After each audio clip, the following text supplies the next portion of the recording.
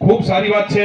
સમાજની અંદર બંધારણ ખરેખર ખૂબ ખૂબ શુભેચ્છા. પહેલું તો કે જે કઈ સરસ મજાનો વિચાર કરી સમાજના આગેવાનોએ, અને જે આપણા આખા સમાજની અંદર બંધારણ ખોટા ખર્ચા થતા હતા અને એ ખર્ચા ખરેખર ન થાય અને એના માટેનું બંધારણ જે ઘડ્યું છે, તો ખૂબ ખૂબ આગેવાનોને વડીલોને ખૂબ ખૂબ શુભેચ્છા પાઠવું છું.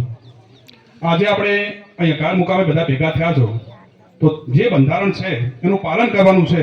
એનું વિગતવાર સાહેબ ચંદનજી ઠાકોર સાહેબ આપણને વાતચીત કરશે જ ઉપર મંચસો તમામ બેઠેલા. પરંતુ એના પહેલા હું તમને એક ખાસ વાત કરું કે ખરેખર આપણા સમાજની અંદર બંધારણ એટલા માટે ઘડવામાં આવ્યું છે કે ખોટા ખર્ચા ખૂબ થતા હતા, અઢળક થતા હતા, અને એ ખર્ચા આપણે ઓછા કરી અને આ જે ખર્ચો વધારાના ખર્ચો થતો હતો, એ જે પૈસા બચે એ પૈસા આપણે આપણા દીકરા દીકરીઓના ભણતર માટે વાપરવાના છે.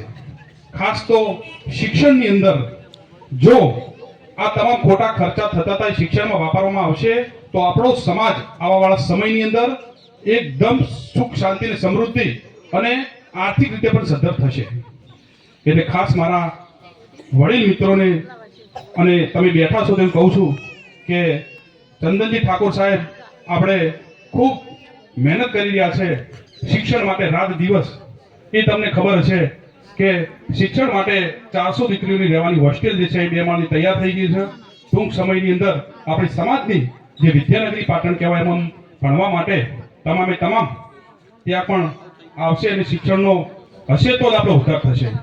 જે તમામે તમામ અહીંથી આહવાન કરવામાં આવે અને જે શપથ લેવામાં આવે અને જે પાલન બંધારણનું સાહેબ શ્રી કે એ આપણે તટસ્થપણે પાલન કરવાનું છે. જો પાલન નહીં કરો તો આવાવાળા સમયની અંદર જે વીઘો વધ્યો છે એ પણ વધશે નહીં. એટલે ખાસ ખૂબ ચિંતા કરી છે સમાજમાં, ખૂબ એટલે ખૂબ ચિંતા કરી છે.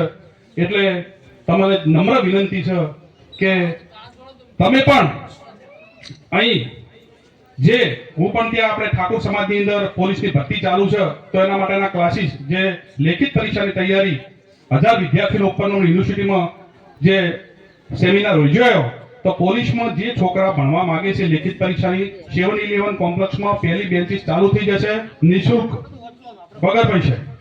એટલે તમામે એમાં પણ જોડાવ અને અહીં બંધારણ જે પણ અહીંથી ચુસ્ત પાલન કરવામાં આવે એ મારી નમ્ર વિનંતી છે કે આવાવાળા સમયની અંદર જો આપણે ટકવું હશે અને આપણા સમાજને સદ્ધર કરવો હશે તો બંધારણ સખત પાલન કરવું પડશે. અને એ ખર્ચો જે તમે બચાવો છો એ તમારા દીકરા દીકરીઓને ભણતર માટે વાપરજો એવી મારી નમ્ર વિનંતી છે. ખૂબ એટલે ખૂબ મહેનત કરી રહ્યા છે આગેવાનો જે છે એટલે મારી નમ્ર વિનંતી છે બે હાથ જોડીને સમાજને કે જે ખોટા ખર્ચા છે એ બંધ કરો અને બંધારણનું પૂરેપૂરું પાલન થાય એવી જ શુભેચ્છા. અને શિક્ષણમાં સર્વત્ર આપણો એક જ ઉદ્ધાર કે સમાજની અંદર 100% શિક્ષણ આવે એના માટે પૂરેપૂરા પ્રયત્નો કરવાના છે. કોઈ પણ જરૂર સમાજલક્ષી હોય, કોઈ એડમિશનની વાત હોય તો સરપંચશ્રી મને ફોન કરે જ છે. પાટણમાં આપણે સેવની ઓફિસ છે ચંદનજી ઠાકોર સાહેબના, ત્યાં પણ હું જ છું. એટલે એનો કોન્ટેક્ટ કરી સાહેબશ્રી અમારો, અને કોઈ પણ શિક્ષણમાં કોઈ તકલીફ પડે તો અમે બેઠા છીએ. અને જય હિન્દ, જય ભારત.